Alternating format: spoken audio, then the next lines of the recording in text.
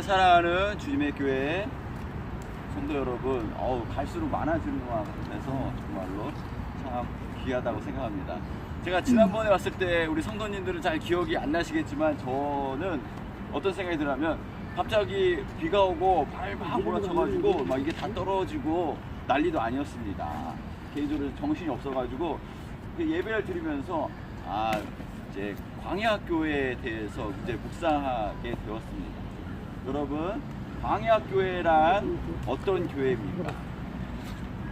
성경에 등장하는 광야교회의 첫 번째는 이스라엘 백성이 출애굽 이후에 모였던 그 예배 공동체를 알 수 있습니다. 이스라엘 공동체는 그 광야교회를 갖기 전에 어떤 생활을 했었죠? 400년 동안 노예 생활을 했습니다. 400년 동안 노예 생활하고 하나님께서 이스라엘 백성을 출애굽하신 이후에 이스라엘 백성에게 하나님께서 처음 하신 말씀이 있어요. 광야교회에서 하나님께서 처음 하신 말씀은 무엇입니까? 레위기에 이렇게 시작합니다. 여호와께서 모세에게 말씀하시되, 여호와께서 회막에서 말씀하시되라는 표현이 됩니다. 그리고 오늘 우리가 두 번이나 읽은 본문에는 여호와께서 모세와 아론에게 말씀하여 이르시되, 아론에게 얘기하고 모세에게 얘기하고 둘 다 동일하게 얘기한 중심은 뭐냐면 예배를 잘 드려라 라고 얘기합니다. 아멘. 400년 동안 노예 생활한 이스라엘 백성에게 너에게 가장 중요한 것은 무엇이다? 예배를 잘 드려라. 예배를 잘 드리는 것이다. 아멘. 여러분, 400년 만에 처음 자유를 누렸는데 가장 중요하게 생각하는 것이 무엇입니까? 이스라엘 백성이 광야에서 가장 불평했던 것이 무엇입니까? 우리에게 의식주를 해결해 달라. 의식주를 해결해 달라고 얘기하는 이스라엘 백성에게 하나님께서 가장 먼저 말씀하신 것 중에 하나가 무엇이다? 너희가 예배를 잘 드리라고 얘기합니다. 정말로 하나님이기 때문에 그렇게 말씀할 수 있다라고 우리는 충분히 생각할 수 있어요. 그런데 그 출애굽 이후에 두 번째 말씀하신 성경은 우리가 오늘 본 민수기입니다. 그리고 모세뿐만 아니라 모세와 아론에게 명령하여 말씀하신 것 중에 오늘 너희가 이 명령을 따라라 라고 얘기했는데, 그 오늘의 내용은, 주된 내용은 뭐죠? 진의 배치입니다. 여러분, 제가 이제 오랜만에 그 영락 기도원에 가서 기도를 했는데, 그 기도원 산에 올라가려면 옛날에는 없었는데 최근에 이런 문구가 있습니다. 멧돼지가 등장하니까 조심하라라는 문구입니다. 그리고 그 뒤에 설명이 자세히 있어요. 멧돼지를 만나면 절대 해서는 안 되는 행동이 무엇인지 아십니까? 등을 보이면 안 돼요. 등을 보이면 절대 안 된다는 것입니다. 그래서 눈을 똑바로 마주치고 뒤로 살금 도망가라. 여러분, 이제 이 약육 강식의 시대에 유일하게 등을 보이는 동물들이 있습니다. 무엇인지 아세요? 말 종류입니다. 말 종류는 등을 보이고 그 자기를 공격하는 무리들을 방어합니다. 그런데 왜 그들이 등을 보일까요? 그렇습니다. 말에게 가장 중요하고 강력한 무기는 뒷발로 공격한다는 것입니다. 어디나 자기를 방어하기 위해서는 가장 강력한 무기를 사용하게 되는데, 오늘 본문에 뭐라고 표현하냐면 진을 치되 회막을 향하여 사방으로 치라. 진을 중심으로 사방이에요. 그것도 사방이라는 것은 둥그렇게 또 아니라 네 가지 방위, 동서남북으로 방위를 가져라 라고 얘기합니다. 이제 제가 이걸 보면서 많은 성경학자들이 뭐라고 표현하고 있냐면, 이 사방위는 정말로 가장 효과적인 배치이다 라고 표현하고 있습니다. 둥그런 것도 아닌데 동서남북으로 치고, 그리고 적들이 오는가를 보는 것도 아닌데 왜 가장 효과적인 방법이라 좀 고민했어요. 개인적으로 상상력도 동원해 보았습니다. 근데 개인적으로 생각할 때 전혀 효과적이지 않다라는 생각을 해 보았습니다. 광야에서 가장 필요한 의식주도 제대로 해결되지 않고, 그런데 하나님은 예배하라고 말씀하시고, 광야에서 자기 민족과 자기 가족을 지키기 위해서 군사훈련을 하고 진을 배치해야 되는데 어떻게 한다? 회막을 향하여 진을 배치하라고 말씀하고 있습니다.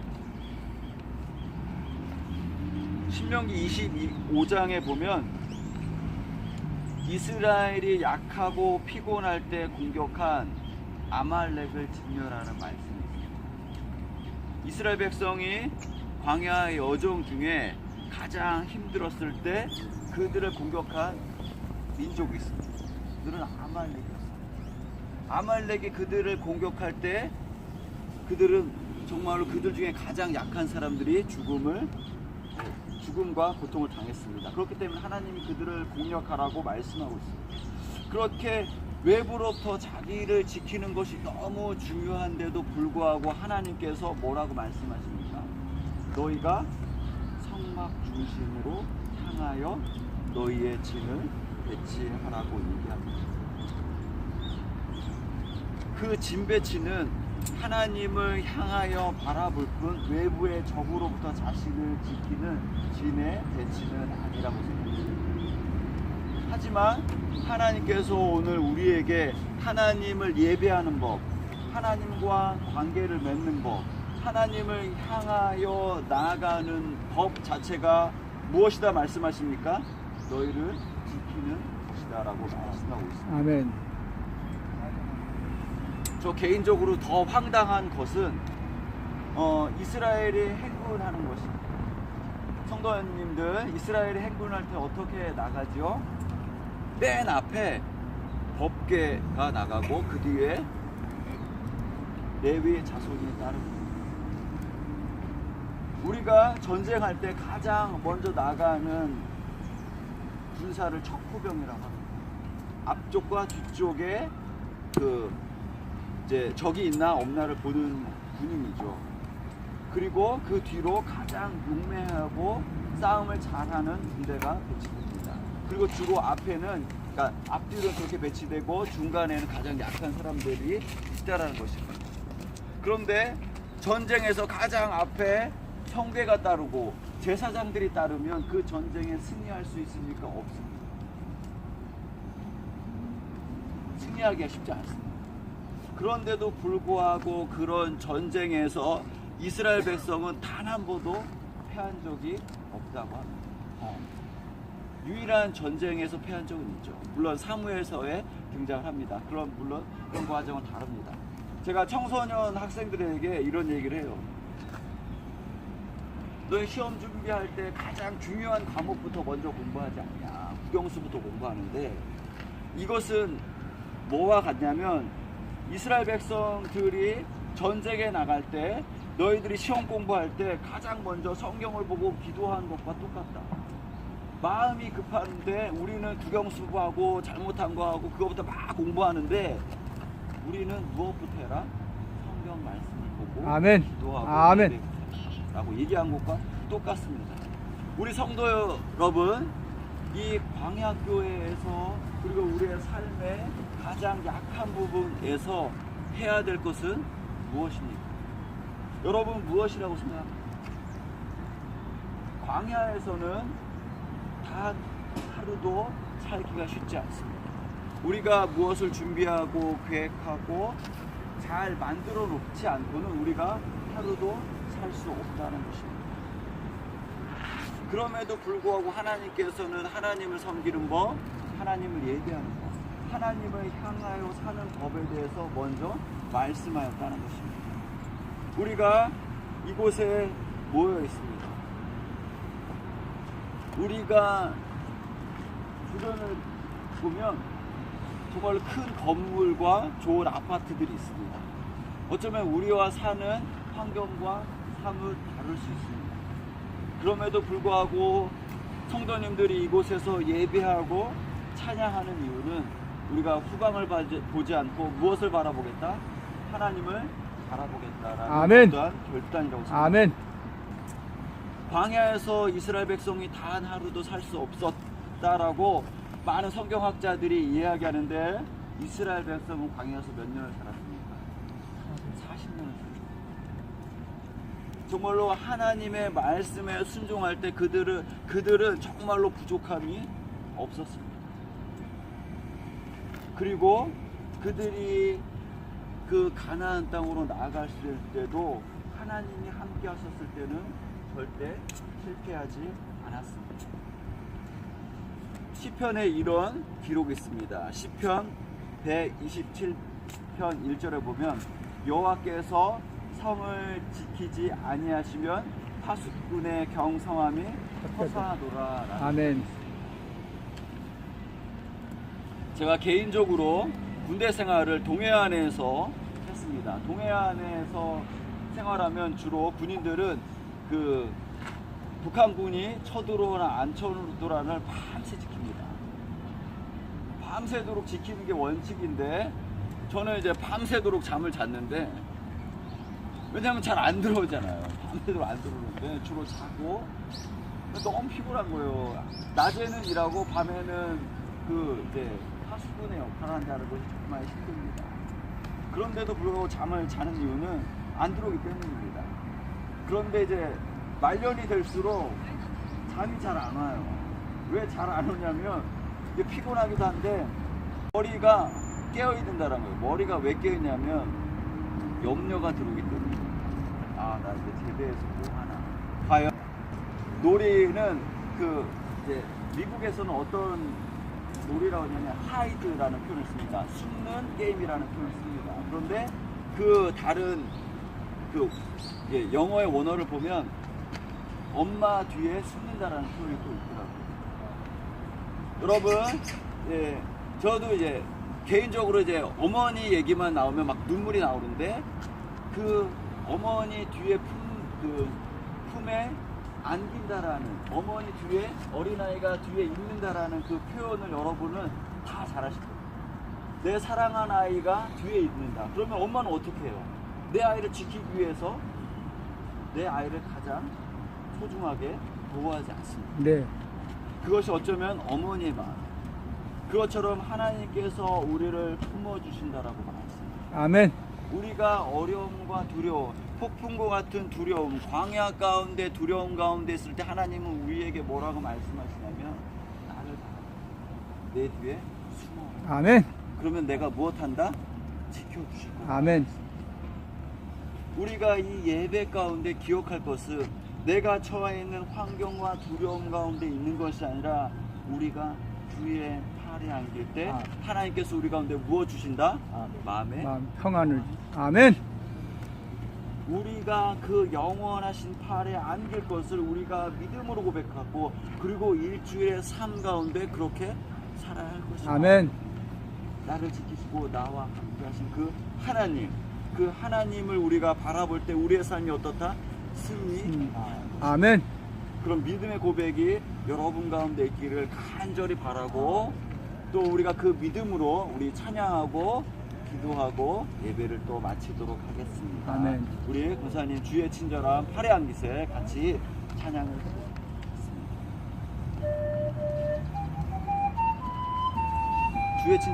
주의 친절한 팔에 안기세 우리 마음 평안하리니 항상 기쁘고 복이 되겠네. 영원하신 팔에 안기세 주의 팔에 그 크신 팔에 안기세 주의 팔에 영원하신 팔에 안기세 날이 갈수록 주의 사랑에 두루 광명하게 비치고 혼성 가는 길 편히 가리니 영원하신 팔에 안기세 주의 팔에 그 크신 팔에 안기세 주의 팔에 영원하신 팔에 안기세 주의 보좌로 나아갈 때에 기뻐 찬미 소리 외치고 검과 두려움 없어지리니 영원하신 팔에 안기세 주의 팔에 그 크신 팔에 안기세 주의 팔에 영원하신 팔에 안기세. 아멘. 기도하겠습니다. 하나님 아버지, 우리가 살아갈 때 우리를 공격하는 아말렉 그 어둠의 세력이 있습니다. 그 어둠의 세력에 우리가 그 어둠의 세력에 끊임없이 그들과 싸우려고 준비하고 고민하고 있을 때가 참 많은데 하나님은 그렇게 우리에게 말씀하셨습니다. 그 어둠의 세력에 등을 보여줘라. 너의 약함을 그대로 보여줘라. 그리고 너의 눈은 하나님만 하라. 하나님을 예배하는 삶을 살아라라고 말씀하였습니다. 아멘. 그때 우리를 지켜 보호하시고 그렇게 지켜주셨던 그 이스라엘의 백성의 삶을 우리가 바라보게 하시고 아멘. 예배를 통해서 더 주님께 나아가며 주님 품에 안기는 귀한 삶을 살기로 결단하는 시간이 되길 원하오니 아멘. 주여 우리의 마음을 붙잡아 주시옵소서. 아멘. 우리를 사랑하시는 예수님 이름으로 기도합니다. 아멘.